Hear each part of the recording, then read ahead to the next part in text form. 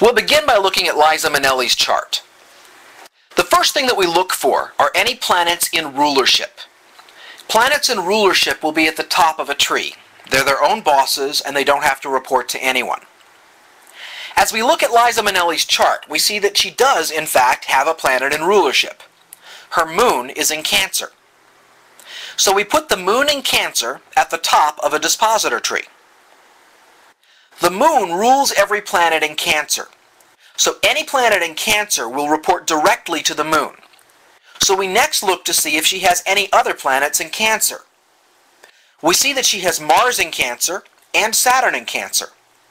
So Mars and Saturn go on the second level of the tree, reporting to the moon in Cancer. Next we look at Mars. Mars rules every planet in Aries and every planet in Scorpio. So we look to see if she has any planets in either of these two signs. Since she has Mercury and Venus in Aries, we add Mercury and Venus to the third level of the tree, reporting to Mars. Saturn rules every planet in Capricorn and Aquarius. She doesn't have any planets in these signs, so the Saturn branch is finished. Returning to Mercury, Mercury rules every planet in Gemini and Virgo. We see that she has Uranus in Gemini, so Uranus in Gemini goes on the fourth level of the tree, reporting to Mercury. Uranus doesn't rule anything, so this is the end of this branch. We next look at Venus. Venus rules every planet in Taurus and Libra. We see that Minnelli has Chiron in Libra, Neptune in Libra, and Jupiter in Libra. So these three planets go on the fourth level of the tree, reporting to Venus. Neither Chiron nor Neptune rules anything, so those branches are finished. We look at Jupiter next. Jupiter rules every planet in Sagittarius and Pisces.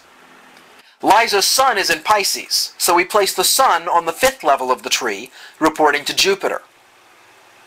The Sun rules every planet in Leo. Her Pluto is in Leo, and so Pluto goes on the sixth level of the tree, reporting to the Sun. Pluto doesn't rule anything, so this branch is done. So we go back and count all of the planets and see that all 11 planets are in the tree, so we're finished. Now what's the most important thing to notice about Liza Minnelli's chart? Every single planet in her chart reports to her moon. So how important would you say emotions are to her? Tremendously! Not only is she likely to live her life based on her emotions and her feelings, but notice how every other planet except for Saturn has to go through Mars to get to the moon. She needs to be able to take action based on her emotions. Next, let's take a look at Paul Newman's chart. We begin by looking for any planet in rulership, and we see that Paul Newman's Mars is in Aries. Mars in Aries goes at the top of a dispositor tree. Mars rules every planet in Aries and Scorpio. Newman has Chiron in Aries and Saturn in Scorpio, so Chiron and Saturn go on the second level of his tree, reporting to Mars. Chiron doesn't rule anything, so this branch is done. Saturn rules every planet in Capricorn and Aquarius. Now this covers a lot in his chart. He has Jupiter in Capricorn, Mercury in Capricorn, Venus in Capricorn, and the Sun in Aquarius. So Jupiter, Mercury, Venus, and the Sun go on the third level of his tree, reporting to Saturn.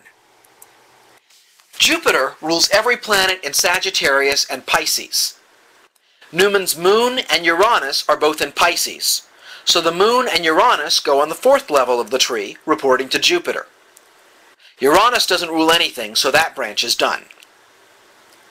Mercury rules every planet in Gemini and Virgo.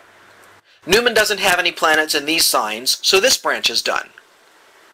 Venus rules every planet in Taurus and Libra. Newman doesn't have any planets in these signs, so this branch is also done. The Sun rules every planet in Leo. Newman's Neptune is in Leo, so Neptune goes on the fourth level of the tree, reporting to his Sun. Neptune doesn't rule anything, so that branch is done. The Moon rules every planet in Cancer. Newman's Pluto is in Cancer, so Pluto in Cancer goes on the fifth level of the tree, reporting to his moon. Pluto doesn't rule anything, so this branch is done. We're finished with all of the branches, and when we count up the planets, we find all 11 planets are present and accounted for. Like Liza Minnelli, Paul Newman also has a chart with a sole or final dispositor. In this case, every planet in Paul Newman's chart reports to his Mars in Aries.